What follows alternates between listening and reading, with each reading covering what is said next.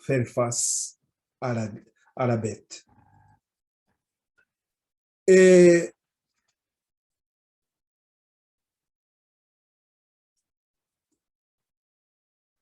ceux qui me suivent sur Zoom, je voudrais revenir sur ça pour que vous puissiez encore voir clairement cette étape. Et cette étape, ce que je voulais... Donc, cette étape de la croissance. La croissance qui doit arriver à l'image de la bête. Et après l'image de la bête, nous sommes dans cette expérience du cri de minuit où nous devons atteindre la dernière phase, la dernière étape, donc avoir un affermissement spirituel. Donc nous avons cette étape d'affermissement intellectuel, la croissance ou bien ce temps de développement qui, après cette étape, nous avons donc l'étape où les fruits sont déjà là, et puis là, nous avons cette étape de maturation. Après, donc, cette étape d'identification. Là où on peut identifier, et c'est après cette phase du deuxième ange, cette phase de l'œuvre du deuxième ange, nous avons donc le troisième ange qui vient sélectionner et pour le grenier céleste.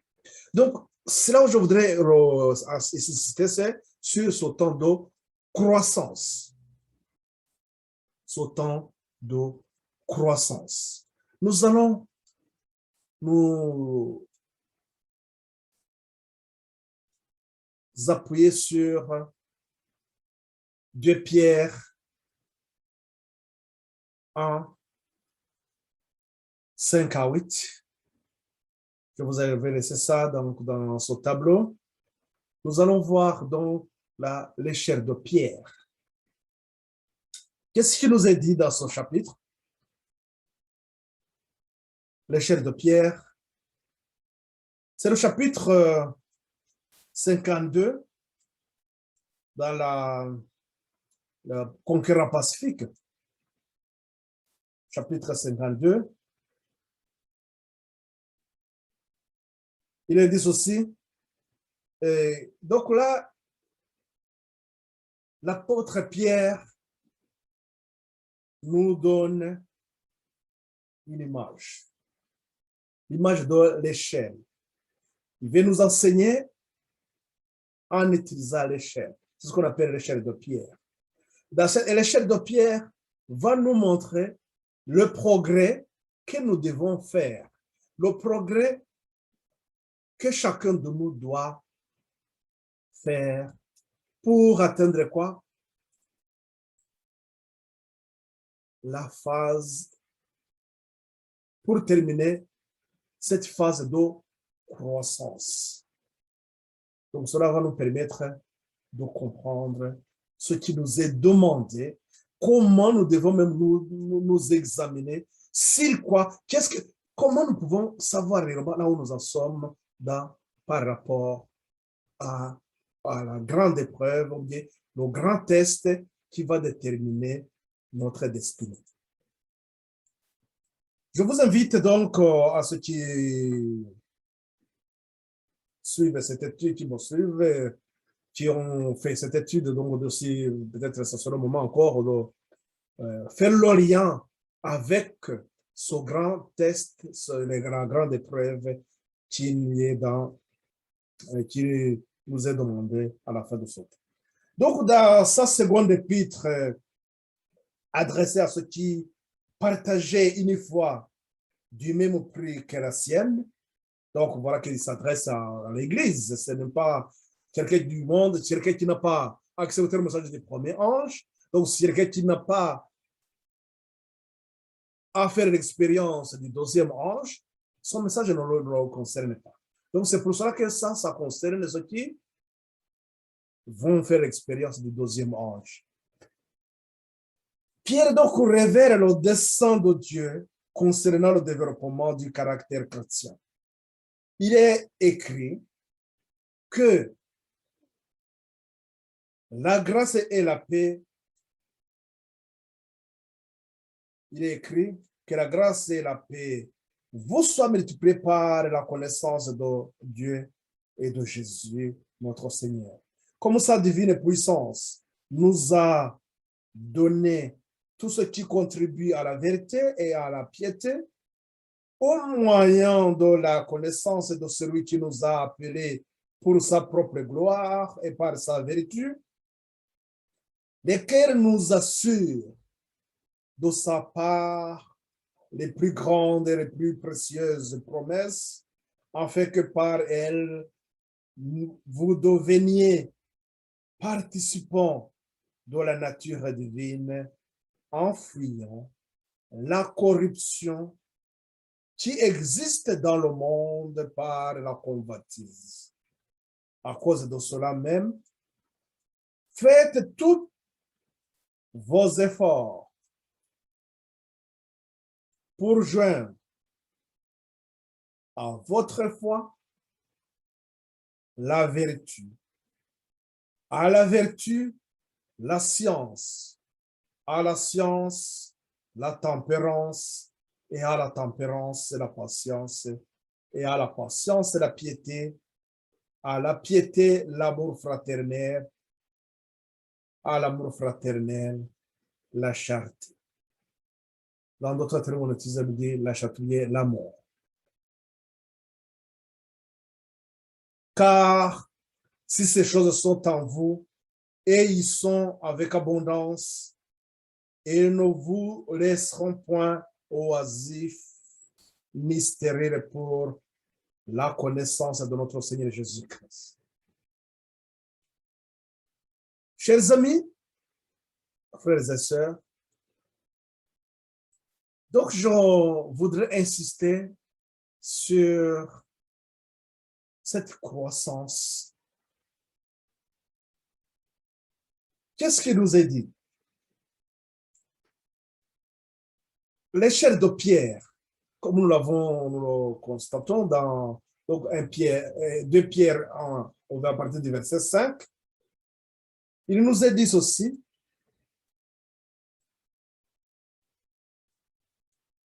faites tous vos efforts pour joindre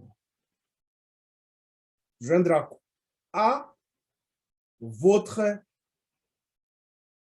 foi. Tout à l'heure, je vous disais que cela concerne ceux qui sont dans l'expérience du deuxième ange.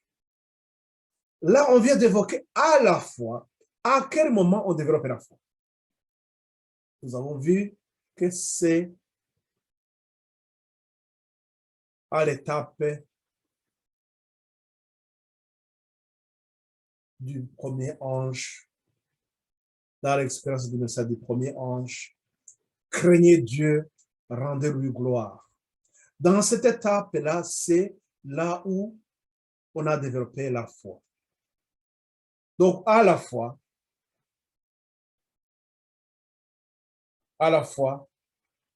il faut ajouter la vertu.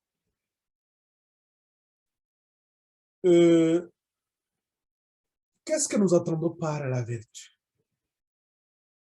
La vertu, c'est cette disposition. La disposition qui nous permet d'aller dans la parole de Dieu. Cette envie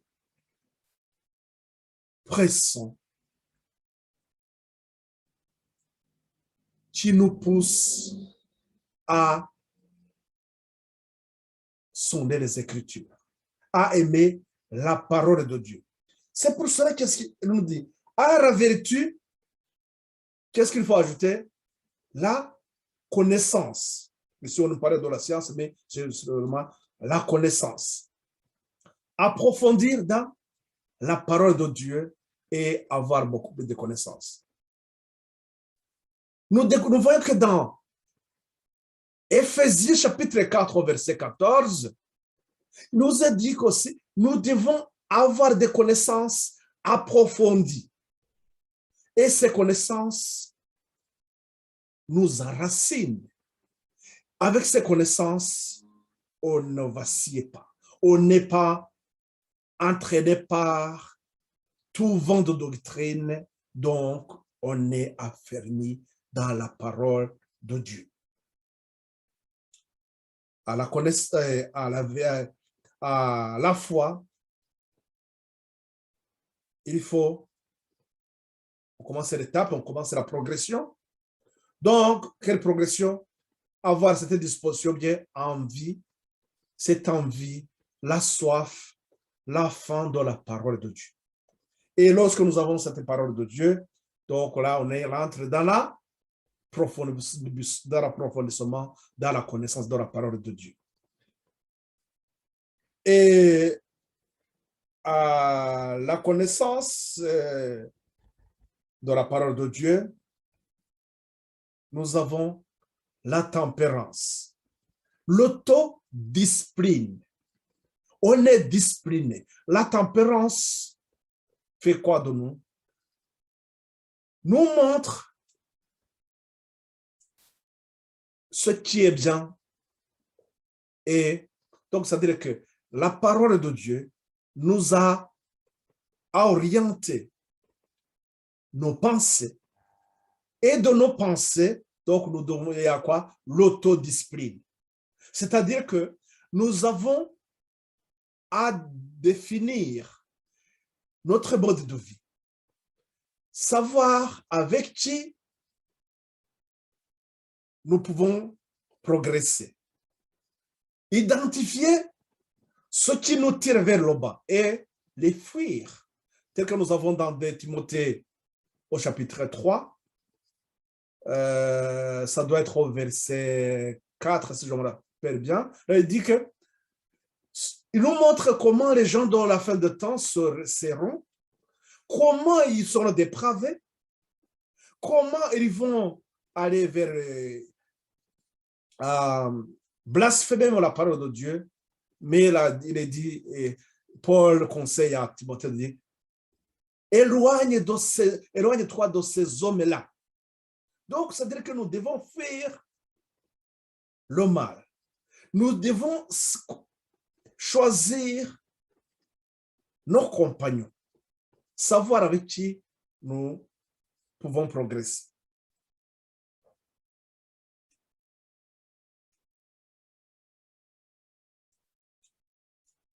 Et à la tempérance, ils vont nous demander aussi la patience ou bien la persévérance. Nous aurons dans cette autodiscipline, il y a des choses que nous devons laisser coûte que coûte. Vous allez dire non, ça ne convient pas. Mais pour arriver à ça, pour arriver à cette victoire, il y a la persévérance, la détermination, il y a la patience.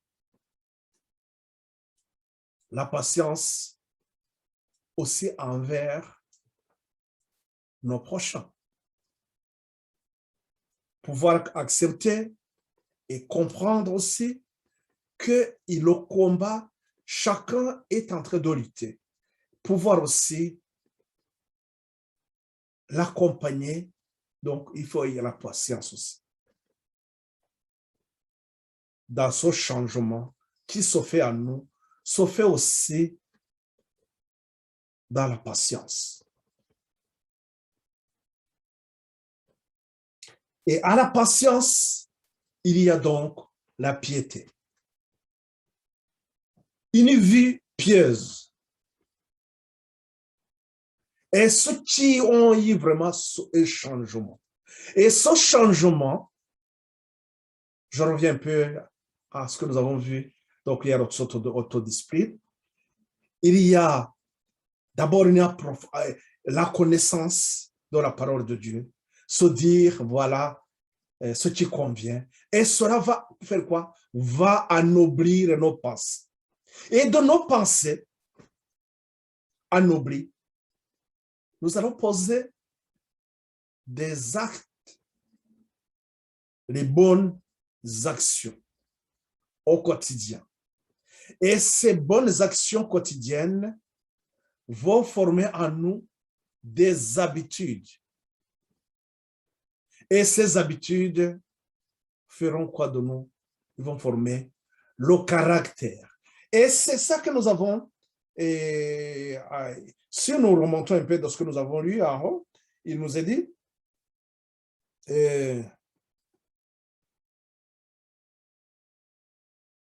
nous sommes appelés par sa propre gloire et par sa vertu, lesquels nous assurent de sa part les plus grandes et les plus précieuses promesses, afin que par elles, vous deveniez participants à la nature divine,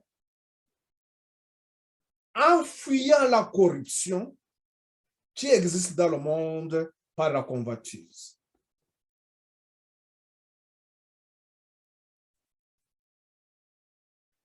Le conseil que Paul donnait à Timothée, éloigne-toi de ces hommes-là. Il faut fuir la corruption. Pour fuir la corruption, il y a cette autodiscipline. Cette autodiscipline va nous amener, bien sûr, à avoir un esprit posé, déterminé, à faire des bonnes actions, et ces bonnes actions vont faire dans nous des habitudes, et ces habitudes vont créer en nous le caractère. Et c'est ce caractère qui sera éprouvé à la fin de ce temps de croissance. À la piété, l'amour fraternel. Une vie pieuse va créer en nous la fraternité. La fraternité entre ceux-là qui mènent le même combat, qui vont faire face à la bête. Cette fraternité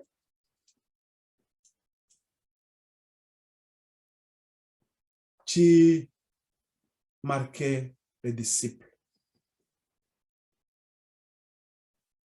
Jean, au chapitre 13, au verset 35, il est dit, à ceci, on vous reconnaîtra. Donc, si vous vous aimez les uns les autres, cet amour fraternel crée une force dans l'œuvre de sauver les âmes.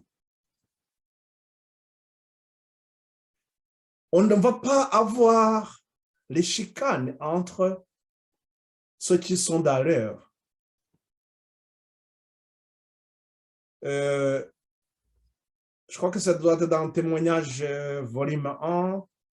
Je ne me rappelle pas bien le chapitre, mais seulement que je pourrais vous donner ça. Mais il nous a dit quelque part que les enfants de Dieu, Dieu désire voir son peuple uni. Donc, dans une même vision et dans un même esprit de jugement.